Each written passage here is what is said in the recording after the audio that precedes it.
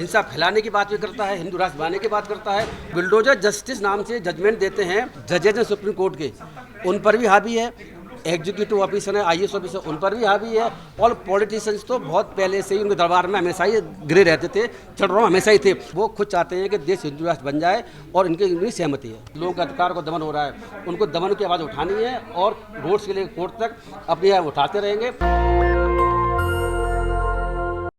हिंसा फैलाने की बात भी करता है, हिंदू राष्ट्र बनाने की बात करता है। और जो संविधान ने जिन लोगों को जिम्मेदारी सौंपी हुई है, क्या संविधान का पालन करने की जिम्मेदारी किसको है? मूलतः जिम्मेदारी सुप्रीम कोर्ट को है। और सुप्रीम कोर्ट के चीफ जस्टिस इंडिया कर क्या रहे हैं? वो रिटायरमेंट के बाद में उनके दरबार में घूम रहे हैं। अब बुलडोजर, जैसे मैं बताया था, बुलडोजर जस्टिस नाम से जजमेंट देते हैं और वही जो बुलडोजर के लेकर के मुसलमान रद्द होने की बात कर रहा है, उसके यहाँ हाजिरी भर रहे हैं रिटायरमेंट के बाद में। तो ये मुझे लगता है कि वो जजमेंट था, वो भी ये नौटंकी थी, वही नौटंकी थी। मैं जजमेंट को जजमेंट नहीं मानता, क्योंकि मुझे लगता है कि जजेज दिखाने के लिए, ड्रामा करने के लिए अपने जजमेंट देते हैं। करना की बात नहीं, सीजीआई तो कहते हैं मैं बौद्धिस्ट हूं, अम्बेडकरवादी हूं।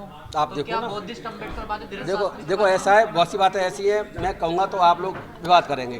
क्योंकि जो अम्बेडकरवादी हैं, उनकी अम्बेडकरवादी आप पता होगा कि 22 प्रतिज्ञा भी हैं। उस प्रतिज्ञा में क्या शामिल है मैं बताना नहीं चाहता, आप सब जानते हैं। तो क्या अम्बेडकरवादी ऐसा हो सकता है कि ऐसे शास्त्रियों के दरबार में जाकर के अपने हाजिर थे और अपनी पूरी फैमिली के साथ उससे आशीर्वाद लेने की कोशिश करें? ऐसा हो नहीं सकता, लेकिन ऐसा हो रहा है। तो ये जो चीज़ें चल रही हैं, इस वजह से समस्या खड़ी हो रही है। तो क्या पाखंडवाद हावी हो गया है?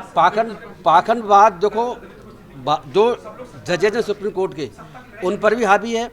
एग्जीक्यूटिव ऑफिसर है, आईएएस ऑफिसर, उन पर भी हावी है। और पॉलिटिशियंस तो बहुत पहले से ही उनके दरबार में हमेशा ही गिरे रहते थे, चढ़ रहा हमेशा ही थे।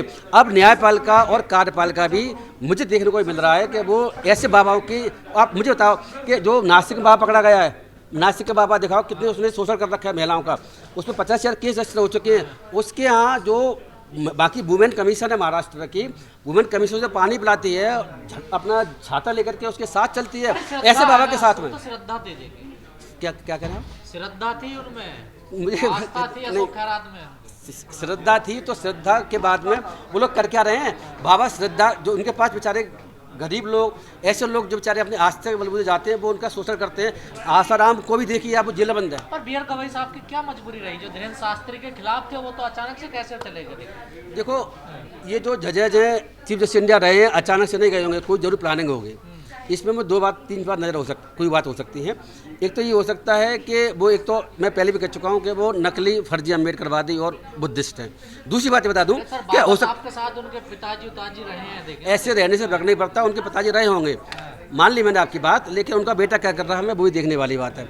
बेटा का कंडक्ट आप देखिए, आचरण देखिए कि रिटायरमेंट के बाद में वो कहाँ घूम रहे हैं, कहाँ दर्शन कर रहे हैं, और उनकी वाइफ बच्चों को लेकर भी क्या सिखा रहे हैं। क्या वो सिखा रहे हैं कि उनका बच्चा बड़ा होकर के धीरेन्द्र शास्त्री ऐसा बंदा बने जो कि संविधान के खिलाफ बात करे, मुस्लिमों घर तोड़ने की बात करे, और जो है हिंदू राष्ट्र बनाने की बात करे? ऐसा देश में ऐसे अपने बेटों को ही बनाना चाहते हैं वो? बीआर गवई साहब भी चाहते हैं हिंदू राष्ट्र बने भारत? 100% चाहते हैं। अगर नहीं चाहते होते तो मुझे बताओ, ऐसे कि यहाँ वो जाते क्यों, वो जाने से मना कर देते। उसके यहाँ फोटो खिंचवा रहे हैं, जा रहे हैं, पूरी फैमिली लेके जा रहे हैं। तो इसका मतलब ही यही है कि वो खुद चाहते हैं कि देश हिंदू राष्ट्र बन जाए और इनकी सहमति है। क्या लग रहा है सर, आने वाला भविष्य जज्जों का क्या है? कोई राज्यसभा जा रहा है, कोई बाबाओं के पास जा रहा है? ऐसा है, जज्जों का भविष्य तो जो मुझे अच्छा नहीं लगता। न्यायपालिका तो मैं कह रहा हूँ कि पूरी गलत में जा रही है, और न्यायपालिका के जजों के आचरणों की वजह से ये सब देखने को मिल रहा है। गरीबों के, मजदूरों के, दलितों के, मुस्लिमों के और बाकी जनरल के जो गरीब लोग हैं, जिनकी अप्रोच नहीं है, बड़े वकील नहीं कर सकते, उनका भी कोई न्याय उनको नहीं मिल पा रहा है।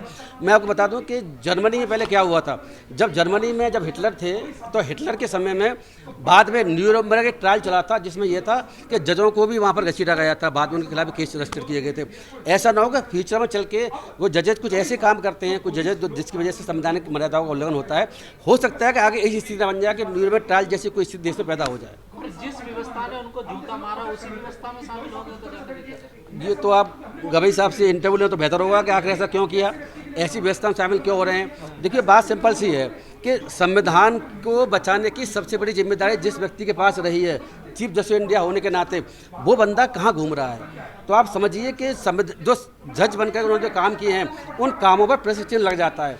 अब ये लगता है कि शायद जो है इनके दिमाग में कुछ और रहा होगा, ये दिखाने के लिए कुछ और काम करते रहे हैं, बताता कुछ और रहे हैं, और अपने मन में कुछ है और बाहर कुछ दिखाने को। ये मुझे ऐसा लगता है कुछ जजेज ऐसे हैं कि पूरे पॉलिटिशियन से भी ज़्यादा पॉलिटिक्स कर रहे हैं, जिसमें गवई साहब भी शामिल हैं। आपको संवैधानिक पद नहीं मिला, क्या हम यही चाहे कि आपको संवैधानिक पद कुछ पाना चाहते हैं? आप आज मैं आपसे बताता हूँ, अगर देखो वैसे तो मेरी कोई भगत नहीं है, अगर आप मुझे चीफ जस्टिस इंडिया वाले का ऑफर आज ही दे दें या आप मुझसे कहते हैं कि मोदी जी कहेगा आप प्राइम मिनिस्टर बना देंगे, संजीव कुमार को लात मार देगा। लात मार के इस्तेमाल करता हूँ। संजीव कुमार जो है कभी भी इस तरह के पदों में कभी नहीं जा सकता।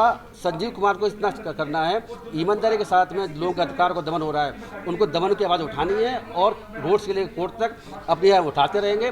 किसी पद के लालच में हमारे कभी नहीं है। ये आप 10 साल बाद मुझसे बात करना, तब मैं बात करूँगा। दस्तक की आपसे गुजारिश है कि अगर इसको बचाना चाहते हैं तो नेशनल दस्तक को सब्सक्राइब करने के लिए रेड कलर के सब्सक्राइब बटन को दबाएं, फिर बेल आइकन की घंटी दबाएं। नेशनल दस्तक को बचाने के लिए बहुत जरूरी है कि हर खबर को शेयर करें, लाइक करें, कमेंट जरूर करें।